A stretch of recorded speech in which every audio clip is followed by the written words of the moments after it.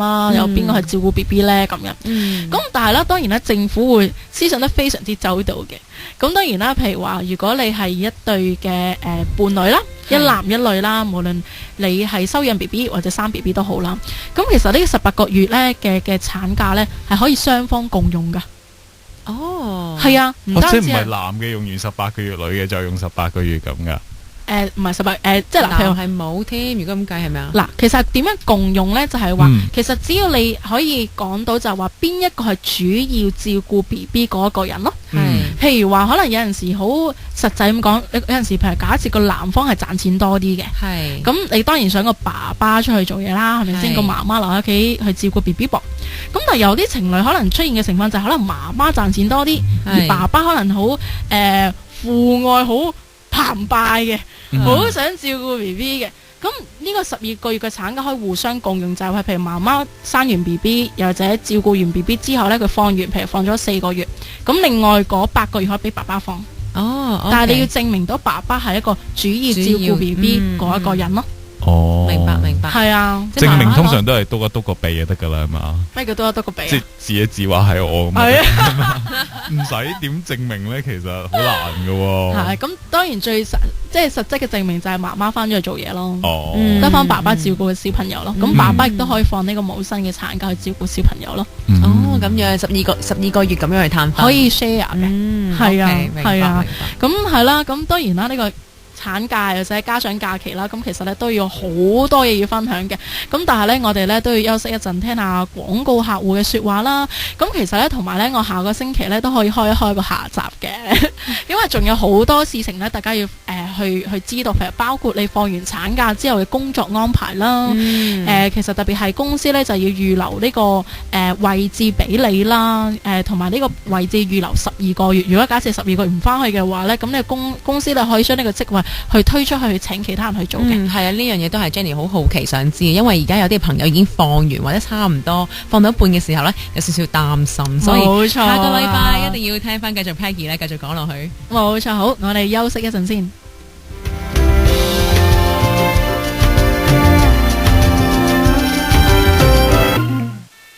VCW 中文廣播電台呈獻萬人迷，逢禮拜日早上7點至10點，集合四方豪傑各路英雄，暢談專業資訊、本地消息。華仔、Peggy 同 Tony 助你百戰百勝。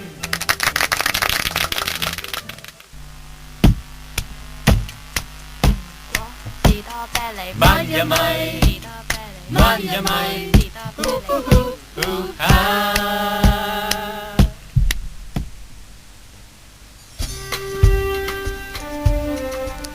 大家早晨啦！而家時間嚟到直播室嘅朝頭早9點10分，喺直播室入面聽住萬人迷呢個節目嘅同時，我哋有 Peggy， 係啊，望住我啊，係啊，好興奮啊！等住你個 topic 啊，我幫佢講埋佢個名，同埋搶咪先㗎，係啊。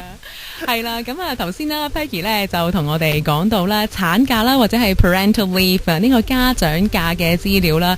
咁啊喺呢一個放產假之前呢，不如問下 Tony 啊，如果你想放產假嘅話咧，之前你要做啲乜嘢啊？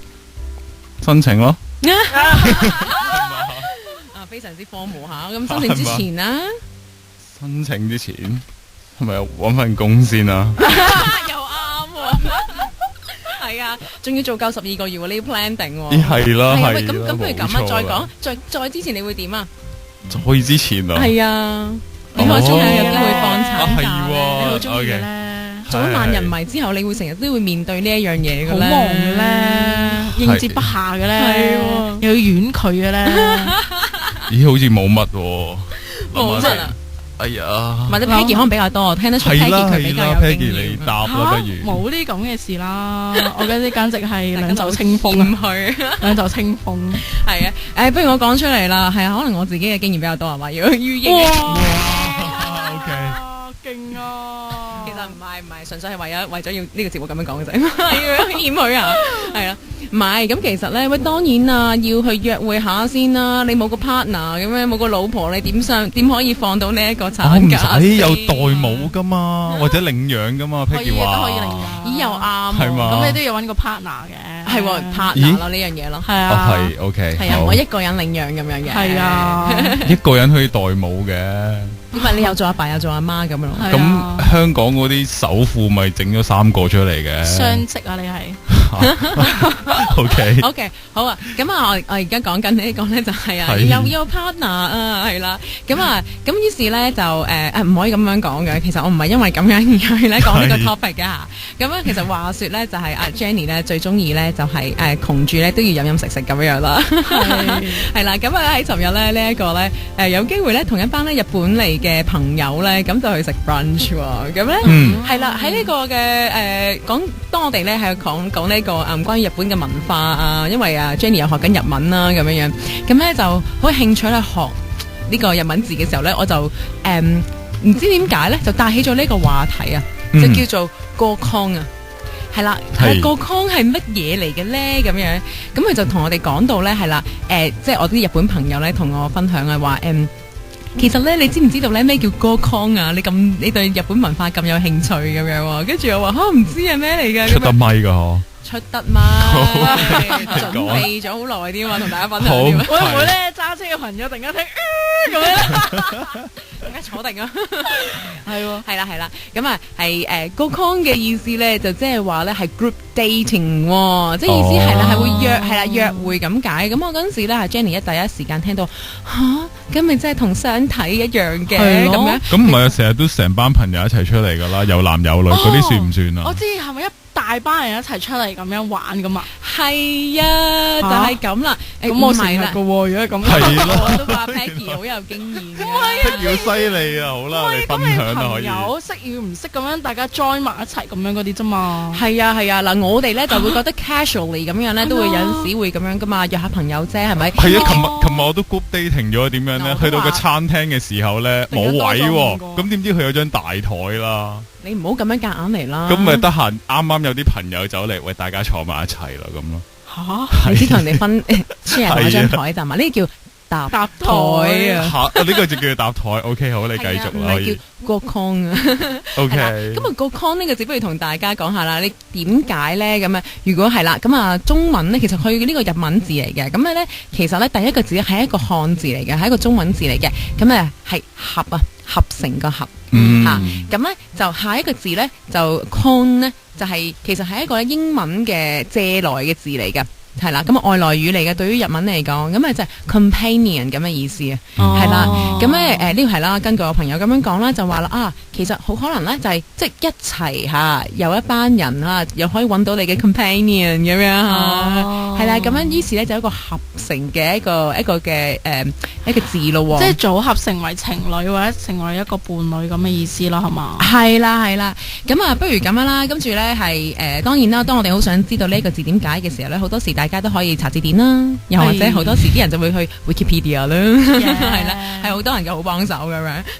咁其實咧，咁我好想同大家講下咧，究竟個 con 如果用一個用英文即係啲外國人咧係點樣睇呢一樣嘢嘅咧？又咁樣，原來咧佢哋咧就 define 咗咁就解釋咧就話咧個 con 呢一樣嘢咁就話啦，咁我讀呢個好簡短嘅 definition 出嚟啦，咁就話咧係group dating it's a modern pattern for dating where a group of single men and a group of single women organize a night out 咁啊，即係要 organize 嘅，係啦，冇錯啦 ，Tony 好捉到重點啊，係啊，係要 organize 噶，即係咧要安排出嚟。等等講翻中文先，即係應該係一啲相睇咁嘅形式啦，一啲男女咁係嘛，一班男一班女，係一個比較現代嘅一種嘅pattern 啊，咁嘅意思係咧，即係係一個現代嘅方法嚟噶，去令到咧一班男啦，一班單身男啦，同埋一班單身女仔咧係啦 organize 係特登安排咧一晚咧係出嚟咧行街街咁樣嘅。我想問一樣嘢，係咪真係調翻為單身男同單身女咧，定係一班男同一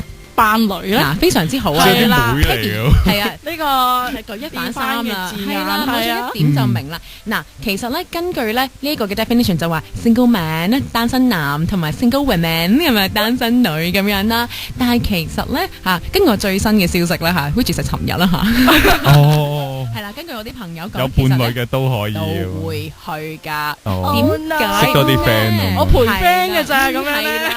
其實點解咧？因為其實呢一樣嘢咧，係對於日本嘅尤其是我哋年輕一代嘅文化咧，其實係一樣好普遍嘅事嚟嘅。因為咧，佢哋咧翻工啦，又大壓力啦，長時間啦咁樣，其實咧去呢個 con 咧係一樣令到佢哋減壓啦、識朋友啊、擴闊自己社交圈子嘅一個嘅好常做嘅一樣活動嚟㗎。咁其實咧，佢除咗話會揾 partner 之外啦，其實都可能係當係揾朋友啦，係啦，或者繼續試試自己嘅 market value 啦，市場價值啊嘛，係啊，要重新評估一下咁嗰啲，得閒要估下價咁樣推出呢個市。唔係嘅，咁其實咧都有一啲朋友咧，其實佢就講話，其實我去啊，不過即係唔係不過係不少於100次㗎啦，即係啦，不少於8次。點解佢咁樣講咧？就話其實真係好普通嘅一樣，即係社交活動嚟。去咯，好正常啫。係啦，有啲人係個心態咁樣啦，係啦，Tony 我都話你我點解第一時間就問你咧？就係咁解，知你係身經百戰嘅，唔係已經當唔係一回事咁啊 friend 嚟嘅啫，係咯。咁啊，咁跟住咧就另外頭先Tony 點到出嚟嘅就係話係啦，會係 organize 嘅一個 night out 啊，即係話係一個安排嘅。咁於是咧搭台唔算，係啊，搭台唔算啊，咁啱得咁巧嗰啲唔算，因為我真係㗎，原來佢哋咧要真係要安排一個咧 go con 啊，其實咧係有好多學問喺裡面嘅。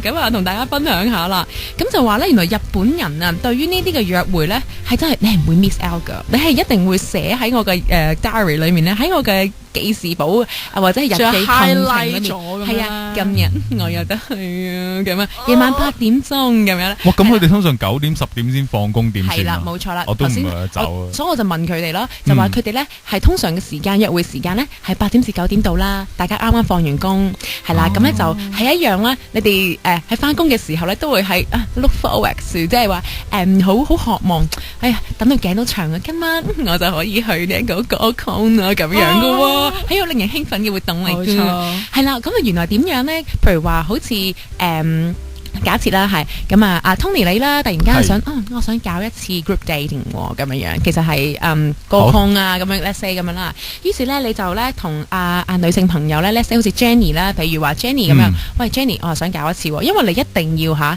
約會下有男有女咁樣噶嘛，係咪？咁啊，於是咧就同一位女性朋友講啦，喂，不如我哋搞一次呢一個活動啦，咁樣講。好啦，咁啊 Jenny 話好咁樣啦，點咧？於是咧，咁啊大家咧就要諗下啦，係啦，我哋要請啲咩人好咧？咁啊 Tony 就諗諗啦。請咩人都要諗過。咁係啦，點解咧？係啦，佢哋咧，所以話日本人做嘢咧，真係非常之細心。係啊，佢哋咧做每樣嘢咧都係非常之諗過度過啦，同埋咧係非常之安排得好周到嘅。佢呢啲好細節位都要諗嘅。係啦，叫啲咩人嚟好咧？好啦，咁啊 Tony 就話好，我有咧3個朋友會，佢哋咧就係佢哋嘅背景咧係可能做呢樣嘢嘅，可能佢中意呢一樣嘢嘅。咁我有呢3個朋友啦，咁阿 Jenny 咧就諗下，好啦，咁我咧就又諗下，不如咧我就叫阿邊個同埋阿邊個嚟啦，咁樣。但係咧人數係一定要係啱好咧，係 pair up 噶吓，可以一對一對噶噃。所以咧，譬如 Tony 話帶3個嚟好，我就揾3個人啦，咁樣嘅。咁於是咧，我哋4男4女咧就去咯。咁啊，原來咧安排呢啲呢一個嘅一次約會嘅人啦，佢哋有個名噶，係啊，叫做 Kanji，係啦，呢啲嘅 Kanji 咧，咁咧就係大頭人啦，非常重要嘅角色嚟嘅，大頭大佬係啦。點解咁重要咧？因為咧，佢哋每一男同女咧都有佢哋自己角色啦，有佢哋自己要做嘅嘢啦，令到呢一次嘅約會咧係成功噶噃。哦，係啦。咁啊 ，Tony 嗱，你係男 Kanji 吓，我咧就變咗女 Kanji 啦。咁啊，我假設啦，咁啊 Peggy 咧就係其中一位咧係被邀請嘅，係啦。係啦，冇錯啦。咁啊，好啦，咁啊繼續落去啦。係咪都好多追隨者㗎？冇啦，追隨者又唔係追求者啊。係啦，嗱有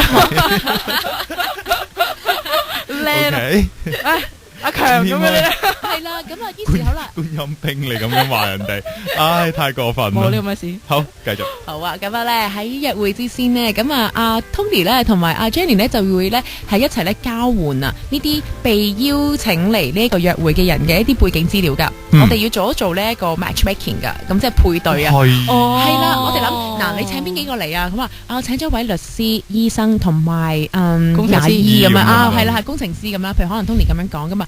好，咁我咧就要揾一位好啦，揾呢個空姐、秘書同埋女護士啦，咁樣其實咧佢哋大家咧係會咁樣大家 match 下，因為其實都啱嘅。我諗翻佢都係問我哋嘅，即係譬如話你哋香港人其實又會唔會有類似嘅活動啊咁樣？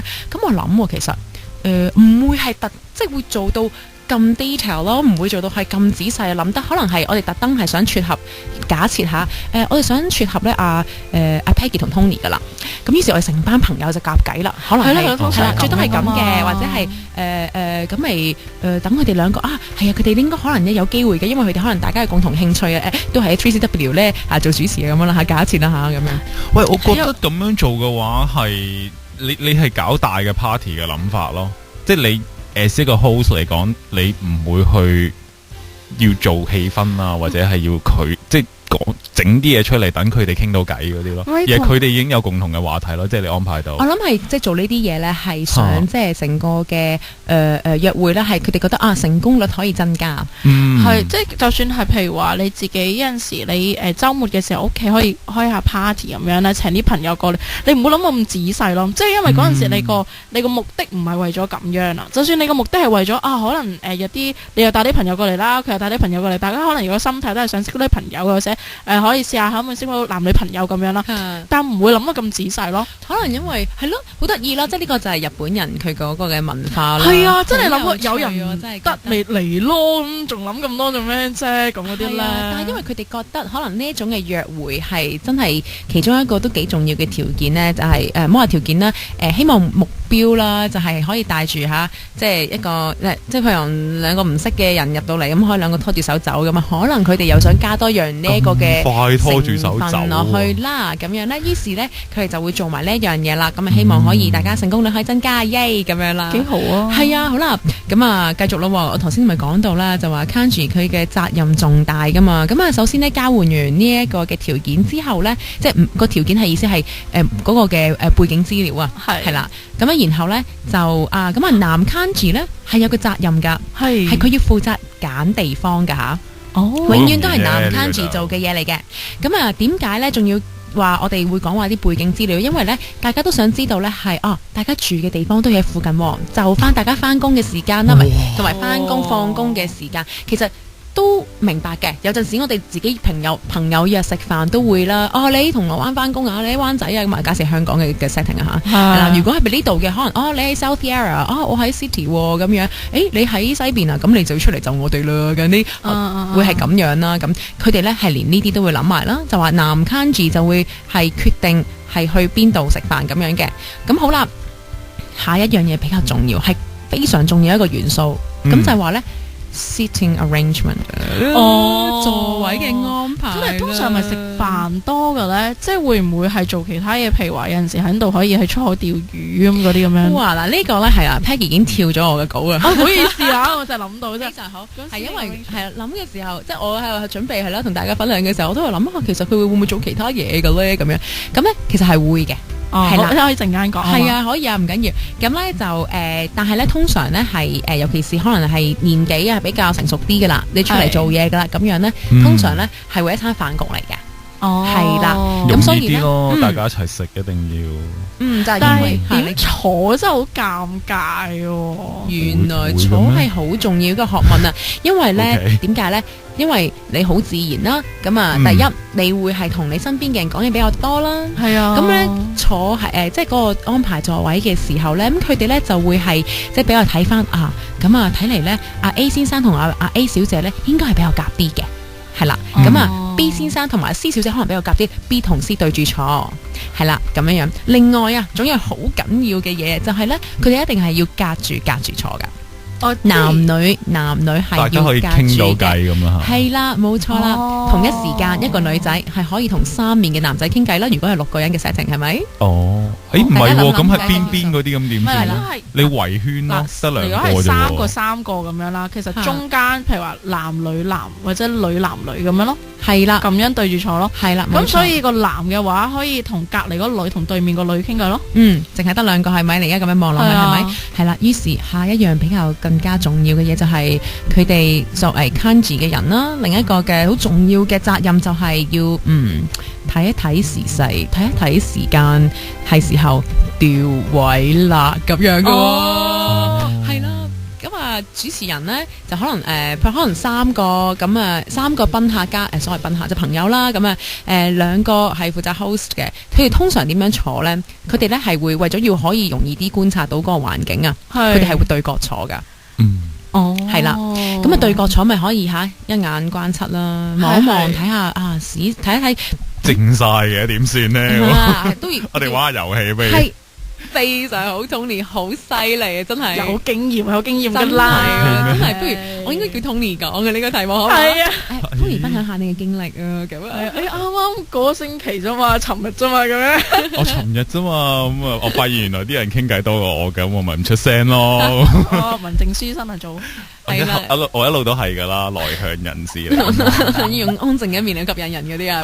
哇！嚇死人啦！好。咁啊，係啦，頭先講到啦，若果佢哋冇咩話題講，係會有啲遊戲咧嚟到去即係帶起個氣氛咁樣噶喎。係。咁好啦，咁啊頭先我哋講到啦，就話呢一個嘅玩遊戲啊，氣氛之外啦，咁然後咧最重要嘅係佢哋傾乜嘢嘛。係啦，咁啊，即係你如果成日都講工作嘅話咧，又悶死人嘅啫，係咯。你有所不知啦。如果話係即係你。工作又佔好大部分。如果係有趣職業，我好想知多啲。譬如假設你做飛機師啊、酷摩咁樣嘅時候，哇，梗係問多啲啦。潛水員咁咧都 OK，都可以啊。圖書管理員咁樣非常好啊！嗱 ，Peggy 其實點中咗其中呢啲女仔嘅心態。其實咧，日本人對工作其實係非常睇重㗎，所以其實係佢哋咧講嘅話題裏面。即係女仔都係好睇重工作㗎。女仔睇重你哋做咩工作，男士係，同埋男士都好睇重女士做咩工作噶，所以咧喺呢啲嘅約會裏面咧，係啦，咁嘅關係，我識唔到女仔啦。你份工非常之好啊，唔係就係嗱，點解咧 ？Tony 其實咧，你係答中咗咧，即係你嘅工作其實係答正咗咧。一般呢啲日本女士咧，佢哋咧心儀男士嘅 top 3。最高職位嘅其中一個噶，不如我話俾你知係啲乜嘢？不如咁啦，喺我話俾你知之前，不如我問下 Peggy， 你估下最受歡迎嘅？咁醫生咯，係啊，中咗啦，係啊，律師咯，中咗第2樣啦，工程師或者建築師咯。其實唔係，係政府，係做政府工嘅人啊。知唔知點解咧？即係好多人執垃圾噶，政府工嗰度穩定咁啊。穩定係啦，冇錯啦。咁啊，不如咁問 Tony 啊，係啦，最受歡迎嘅女士嘅工作，對於日本男士嚟講係啦，最吸引男士嘅係啲咩工作咧？即係個女仔做啲咩？會計師、律師？唔係，女仔。係啊，咁我都係咁諗呢。你咁諗係咪啊？OK，我覺得幾吸引嘅。護士咯，護士係中咗噶，護士老師咯。老師未必係啦，飛機師咧唔係，我又覺得好吸引咯。空姐中咗啦，我從一個制服入去諗咗。OK fine，侍應啊，唔係，我又差人啩，唔係，係諗下日本男士。講咗邊2樣啊？講咗護士同埋空姐，係啊。仲有咩咧？經理啊？唔係，近啦。經理側邊嘅係咩人啊？秘書，冇錯啦。嗱，點解咧？係啦，經過我嘅資料搜集，係咪真係制服有啊？唔係，原來係因為咁樣嘅，其實咧，即係而家啦，即係佢哋嘅思想都仲係好傳統嘅。哦，咁啊，對於女仔嚟講呢，即係男士如果係做醫生嘅、做律師嘅，又或者係做政府工嘅，佢哋會覺得政府工係比較特別咧，就因為佢嘅收入穩定啦。如果係一啲即係已經係想物色一啲結婚對象嘅女士呢，做政府工嘅其實有佢嘅吸引人之處嘅喎。冇錯，係因為佢收入穩定啊嘛，係啦，工作又好穩定啦。咁啊，醫生、律師唔使講啦，係啦。咁啊，對於女士啦，係啦，對於男士嚟講應該咁講係啦，女士。不如對於女士嚟講，我哋 catch 下啲聽眾先，播一播廣告，然之後等聽眾繼續聽，係啦，翻嚟之後再繼續 Jenny 嘅環節啦。冇問題。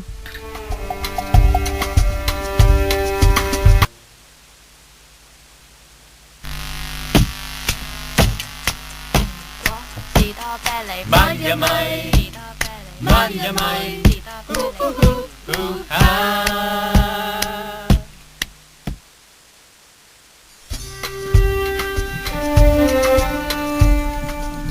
大家好啊，又翻到嚟直播室嘅9:40，喺呢度呢，有我 Jenny 同埋 Peggy、Tony。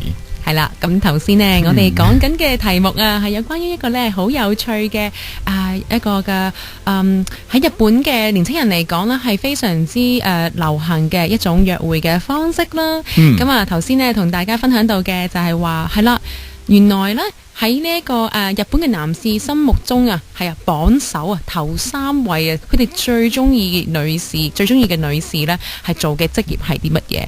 咁頭先講到呢，就係護士啦、空姐咯，同埋秘書啦。咁啊，問下 Peggy 啦，估唔估到點解呢？我覺得呢，其實佢哋係想，即係嗱，我從一個日本嘅傳統文化去諗啦，因為呢，大家都知道，因為日本嘅傳統文化係一個父系嘅社會啦，咁就係傳統嚟講呢，即係男性嘅權力呢係會比較大嘅，即係佢哋嗰種嘅男女比例嚟講，咁其實呢，男性呢，即係佢哋嗰種傳統思想就係男係要當家啦，即係男性係一個所謂嘅要係咯養家咁樣啦，咁我都希望一個女仔係比較小鳥依人嘅，咁我從呢個角度去諗，就係希望嗰啲職業咧都係一啲譬如話所謂嘅 subordinate 啦，即係會係即係次一啲嘅，即係唔會話係做主導嗰個嚟嘅。咁當然你諗到嘅頭先就講，即譬如經理隔離嗰個係秘書啦，咁秘書都係輔助啊，咁都係溫溫柔柔啊咁嗰啲咁樣啦。咁正如我覺得都係護士啦，咁護士不嬲大家俾嘅印象都好正面啦，咁你幫醫生啦，咁都係好可愛咁嗰啲咁樣啦。白衣天使係啦，咁空姐咧，咁我自己都覺得係即係都啲好靚啦，大家都覺得空姐係會化妝化到好靚啊，咁加上有啲可能日劇嘅影響啦，咁因為咧日本咧都好多電視劇關於空姐嘅咁樣咯，咁我覺得係呢3個咯，啱晒啊！咁同埋咧就係即係滿足下咧，即係日本人日本男士咧，佢哋始終咧都會喺渴求咧比較渴求個女士係比較溫柔啦、體貼啦，會照顧佢啦。咁啊，其實咧係睇翻空姐啦，話護士啦，即刻係啊，我起晒頭，係啊，Jenny 都知係啊，要即刻要 apply 新工啊，係啊。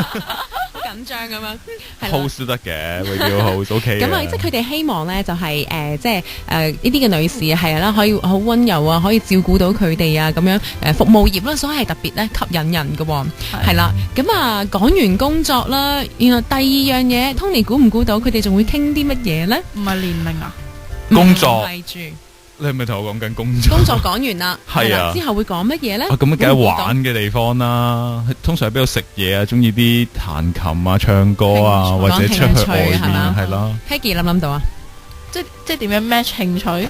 即係唔係啊？即係譬如話，如果除咗興趣之外，仲會唔會覺得佢哋會傾啲乜嘢咧？講完工作之後，收入，將來會，好敏感，將來會點諗？生幾多個？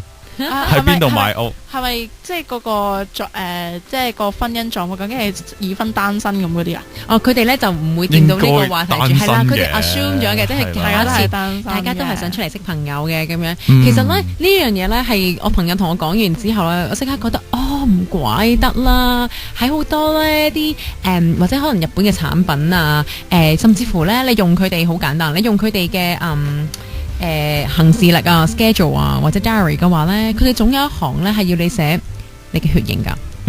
吓，估你唔到，可能我哋嘅文化未必係咁睇重呢一樣嘢。原來日本人係好睇重噶，佢哋點解要問呢啲問題呢？就原來呢係 AB 型嘅 BB 可以有最高嘅生存率嗰啲啊？唔係未咁科學，係啦，佢哋係相信呢，即係以我所知嚇，佢哋係相信呢唔同嘅血型啦，係你有即係一個 stereotype 嘅性格啊。即係有一個係啦，覺得框咗就覺得你 B 型人咧應該係咁嘅，AB 型人咁樣嘅。我覺得其實有少少似咧。如果我哋中國人嚟睇星座咁啊，星座啦，或者你生肖啦，屬蛇同屬狗會唔會相沖啦？咁啊，原來日本人係睇血型嘅，好睇重呢樣嘢嘅，係啦。咁都 OK 啊，得4個 type 啫。我以為佢哋好睇年紀㗎，因為咧好搞笑，日本咧自我介紹一定會加埋個年紀落去㗎嘛。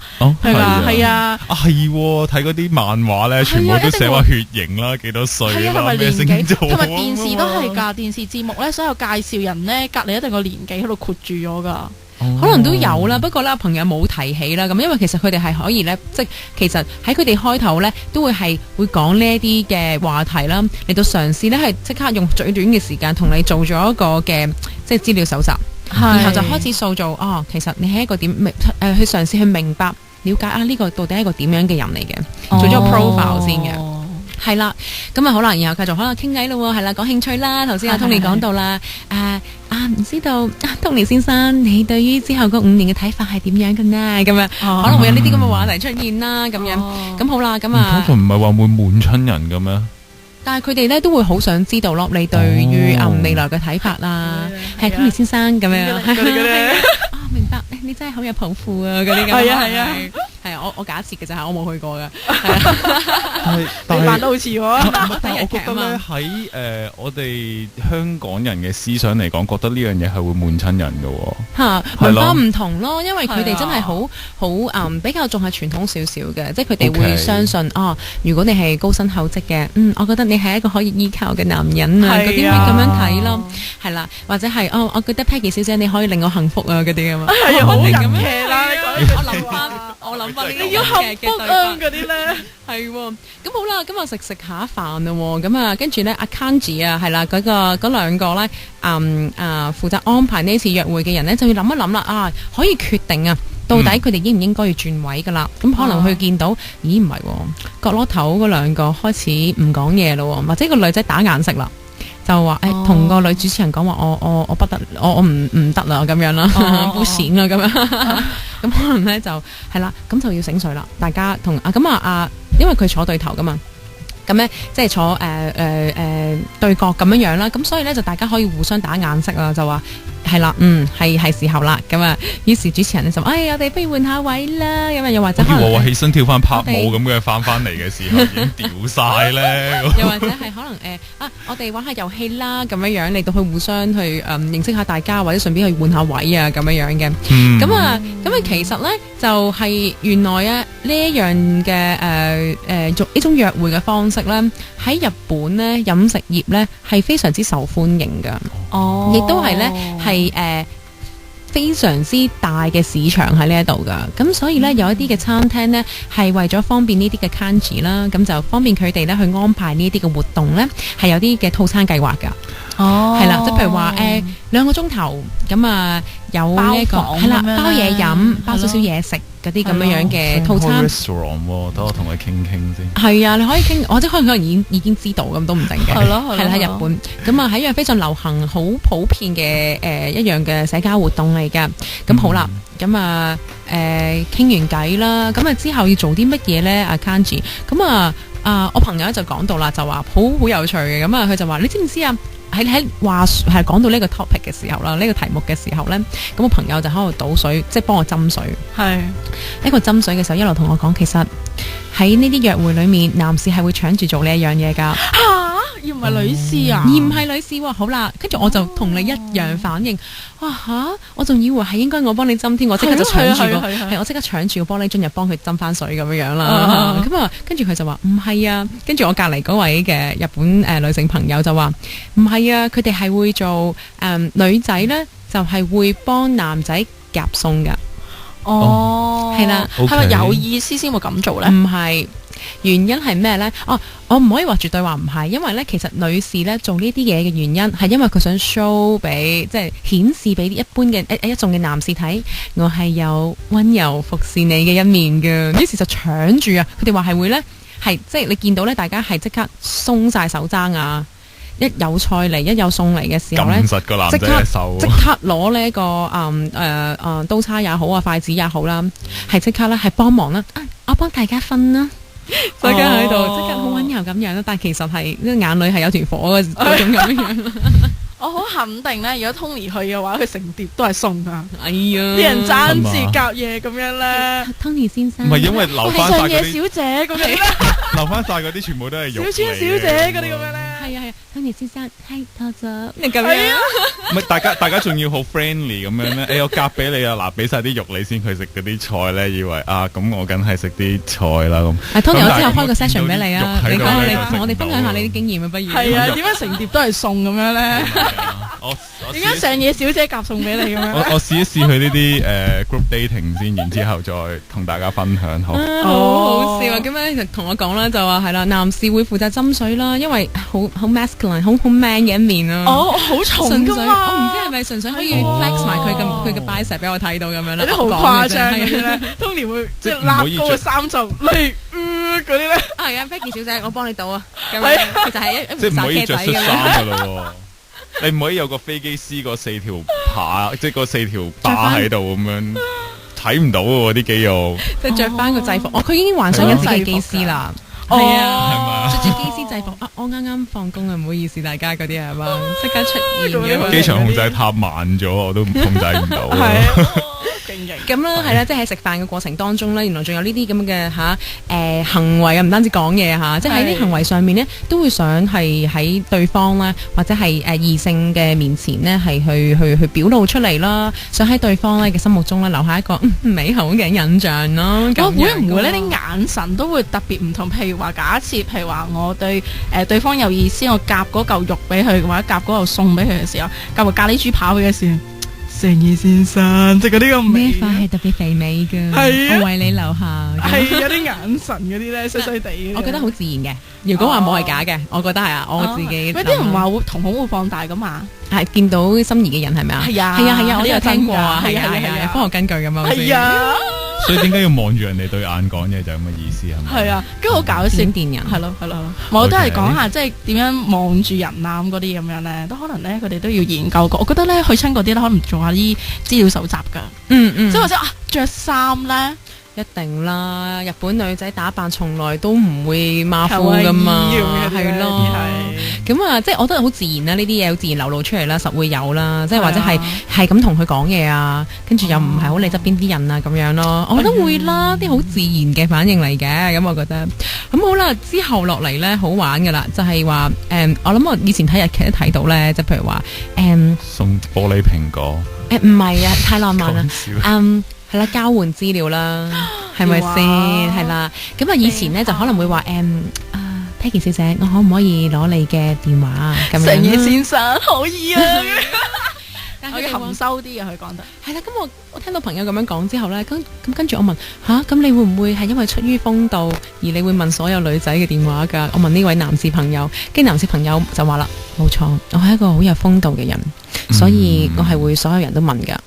不過第日我會聯絡邊個咧？我係唔需要同人交代嘅，係咪？咁啊，咁啊係啦。佢話以前咧就會咁樣做啦。其實個意思就係佢已經聯絡晒所有嘅啫。呢個係你啫，係嘛？係啊，咁唔係啦，漁翁撒網式。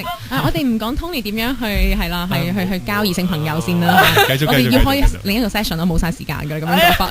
係咪好？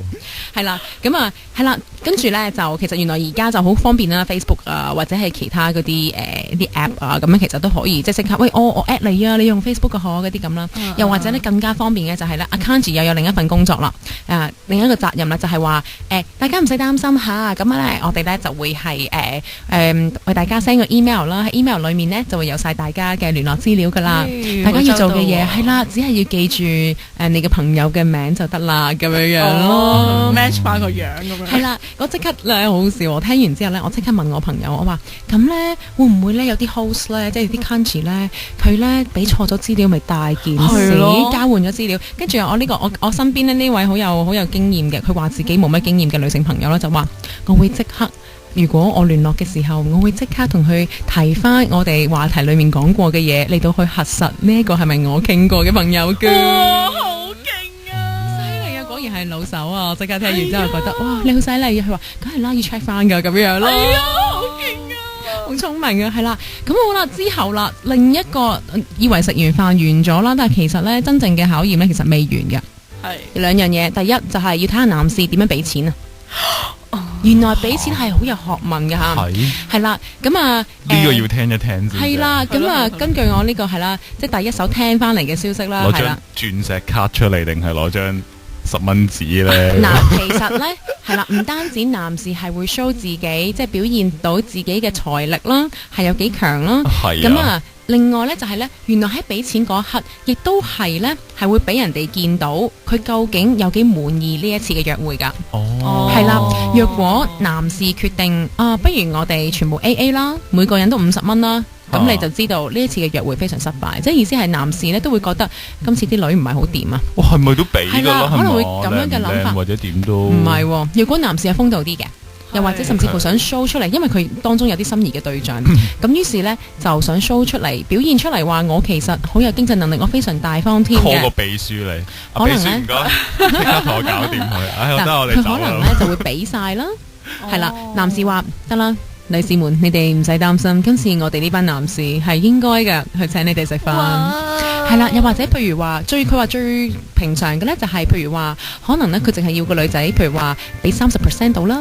可能譬如話一餐飯係每個人要俾100蚊嘅，女仔唔係佢咁嘅意思啊，即係譬如話每個人應該俾100蚊咁計啊。女士們你攞30蚊出嚟得啦，另外嗰70蚊我哋男士們我哋會補貼嘅，即係我哋會俾啊，起碼係俾佢哋嘅3倍以上。係啦，咁嘅意思係啦。咁咧其實當男士喺俾錢嘅時候，女士當然係暗自討論啦，係啦，就話哎呀佢攞張黑卡出嚟啊，係啊，哎呀佢哋好好啊，佢會幫我俾埋啊，甚至乎話哎呀我哋淨係俾30蚊咋，佢哋俾埋我70蚊，佢哋要每個人俾170啊，即係會傾呢啲嘢咯。其實佢哋就話約會未必係最過癮嘅事啊，約會最過癮呢，唔係啊，係俾完錢之後啦，做完晒呢啲嘢啦，其實有兩樣嘢。Say goodbye 啊！第一 goodbye 咧，其實咧係一係咧就即刻 goodbye 啦。goodbye 嘅原因係因為可能佢已經兩個 kanji 兩個互相溝通過，就知道咧唔需要下一場啦。如果唔係咧，係會有下一場㗎。有冇人興趣有下場？我哋去第度去唱卡拉 OK， 又或者係去飲嘢，係啦，去飲嘢咁樣去另一間酒吧咁樣樣。咁咧情況咧有兩種發生啦，一係就去啦。一係就唔去啦，係咪？係唔係應該有3種啊？去晒㗎啦，唔使啊。有啲人唔去，佢話有第三種可能性，就係話去啦，結果咧行下咧唔見咗佢哋。大家咧就唔會再追問㗎啦。呢件事就咁樣就完結㗎啦，即係佢哋覺得唔使再問啦，佢哋去咗邊度，亦都唔會擔心佢哋安全，因為兩個人一齊唔見咗㗎。係啦。咁兩個男嘅一齊唔見咁點啊？我唔想講呢個話題。咁咪兩個女嘅一齊唱卡拉 OK 咯。係咯，係啦，咁樣嘅，係啦，咁啊，再另一即係下一場嗰啲就係另一種嘅繼續可以去認識大家嘅機會啦。但係咧之後咧就係佢話就係第2日啦，最過癮嘅就係喺度 check 自己嘅電話啦，有冇人 at 我啦？